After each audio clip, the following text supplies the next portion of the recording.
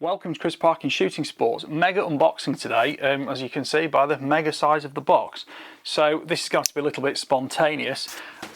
I'll perhaps save, this one's kind of interesting to me because, as you all know, as you've probably seen, I have reviewed pretty much all the CZ457s. There are a couple of gaps in that system yet, and this is one of them. I saw this at the Game Fair on the Sportsman stand the other week. Just pop that out of there because that's probably the paperwork. And this is the MTR, which is match target rifle. And it really does blend. This is one of the first 457s that became quite commonly available, and it's one of the last ones I'm going to do a review on. But it's quite an unusual and interesting blend, actually. In fact, between sort of old and new sort of looks, because you've got a very sort of 70s, 80s deep walnut stock on the back, nice stippling the grip. It's like a prone target rifle, nice broad forend. It's got a fully floating barrel on it, and of course you can get into that, squeeze the trigger, and it's a beautiful rifle for shooting. And let me just see if I can find the bolt in this package here, because it's hiding in its white bubble wrap, or its clear bubble wrap.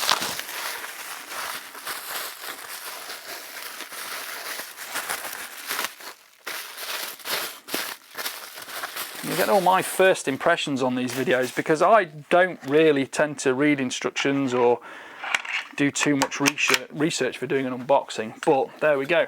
So you've seen, you know, all the videos. This has been sent to me in 17HMR, which I assumed it will be in a 2.2 format, actually, because I was sort of thinking it's going to be a match target rifle. But 17HMR in this obviously gives it a lot more range and capability, and it's nothing to stop it becoming a great, you know, mid to mid-range plinking rifle, because 17HMR is awesome. It does say varmint on the stock, and you know, 17HMR does embody that perfectly. I mean, if you look at the origins of the 17HMR around about 20 years ago at Hornady in the US, it was designed as a low recoil, low cost, high volume varminter, for which it fulfills that role perfectly.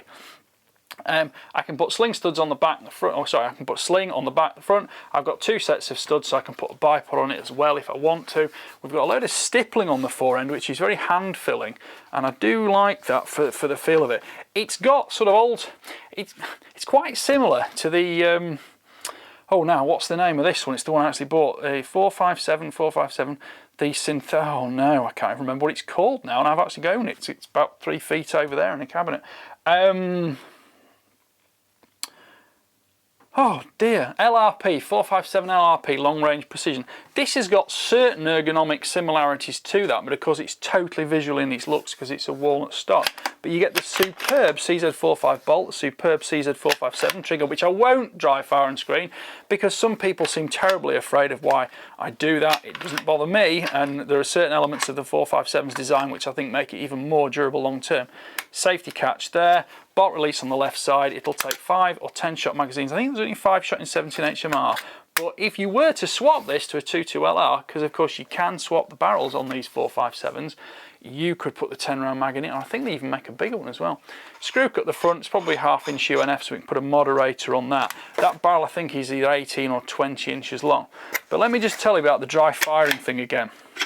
If you look at the firing pin in the nose of this bolt, if I just decock that, you can see here there's a big flat top on this firing pin right there, which bumps up to the big flat area on the back of the barrel. So you've not got the chisel tip here impinging on the edge of the circumference of the chamber, which would damage it perhaps long term. Yes, that's what people are concerned of. I've never had that with older 4.52s or 4.55s, but people are concerned about that. But this one, I do feel that almost double, its belt and braces, it almost doubles up on your long-term security of not damaging the tip of the firing pin.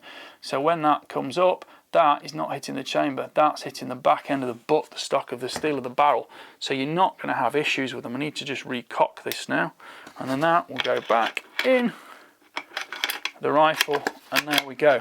So this has got 11mm dovetail on it for scope, or is it 9mm dovetail for scope? 9mm dovetail for scope on there. So put some rings on this, put that element scope on it, and I think this is going to be one of the first ones that gets a full review, because I'm going to dry fire it.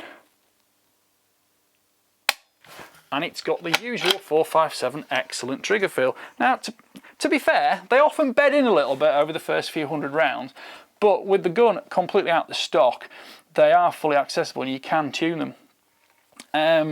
I like that. You don't have to tune it immediately. It will work fine, but over the lifetime of the rifle, these are all mechanically, mechanical steel components bearing upon each other within there.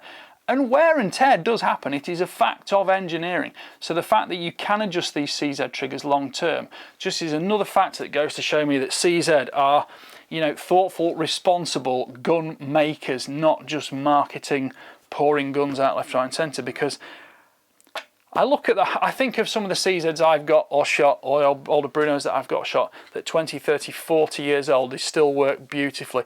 The design of the stocks changes a little bit. And the barrels are all cold hammer forged now, and these are interchangeable barrels. But the point is, they all still work perfectly. They don't sort of wear down or wear out. So this looks like a rifle that will follow that design ethos to the end of days. Let's see if we can find out which way around this went back in this box now.